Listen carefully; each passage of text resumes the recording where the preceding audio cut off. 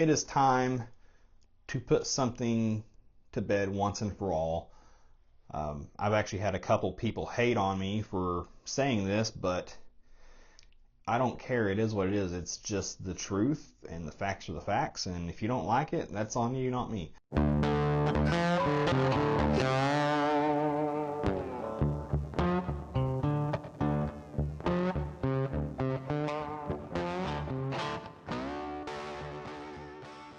So, today's topic.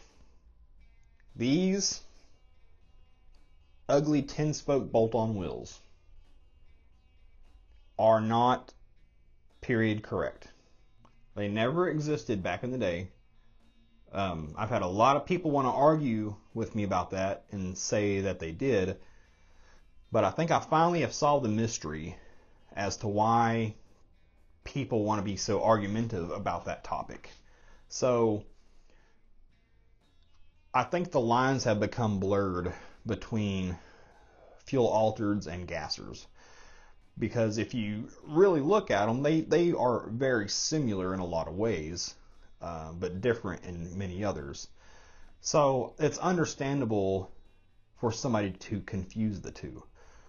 That's where it stops, because even though altereds ran a spoke wheel up front with no brakes, they were spindle mount. They were not a bolt pattern mount. They weren't a 5-lug bolt pattern wheel, and they were 12-spoke, not 10-spoke. 10-spoke anything didn't exist. And I think that is where one of the misconceptions started, is people just not doing their homework on these gasser builds and slapping these wheels on because they think that's what's period correct. These wheels you're seeing now were a marketing gimmick, 100% marketing gimmick by the companies making them. I think there's maybe two or three people that make them now. I think it's nothing more than a marketing ploy, and they say gasser wheels on their website to get you to buy them because they look like something out of the day, but not really from out of the day. Simply put, that's it.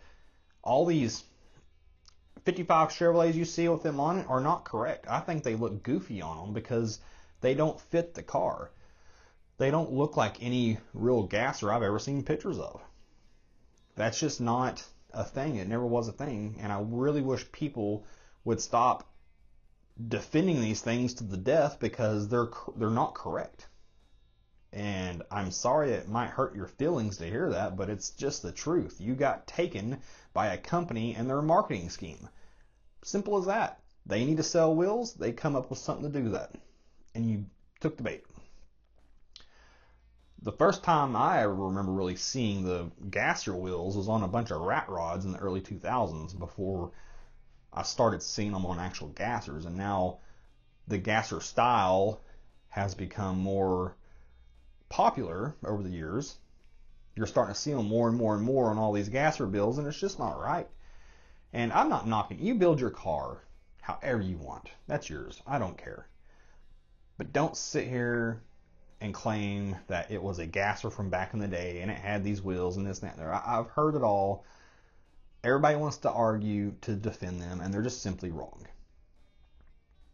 Now, where I truly think another misconception comes from, and where it kind of solidified people's thinking, is if you look at this 1965 ad from Mickey Thompson for their wheels, you'll see a 10-spoke wheel, and it looks very similar to these modern ones you can buy now. And when I first seen this, I had a second guess myself, because I was like, wait a second, are these people right? Did something like this truly exist? Because I've never actually seen them on a period correct gasser in old photos. And these are called the Mickey Thompson 10-spoke Super Spiders. So I started doing some digging. There's actually almost no information on them outside of maybe a couple of old forums and a few pictures. But here's what I've gathered. One, if you actually look at them from a side profile like this, they don't look nothing like the spoke wheels you see nowadays. So the Mickey Thompson Super Spiders, the 10-spoke Super Spiders, were geared towards more street cars. I've seen a couple pictures on some vets. I've seen a Chevelle with a set on them. They're ugly.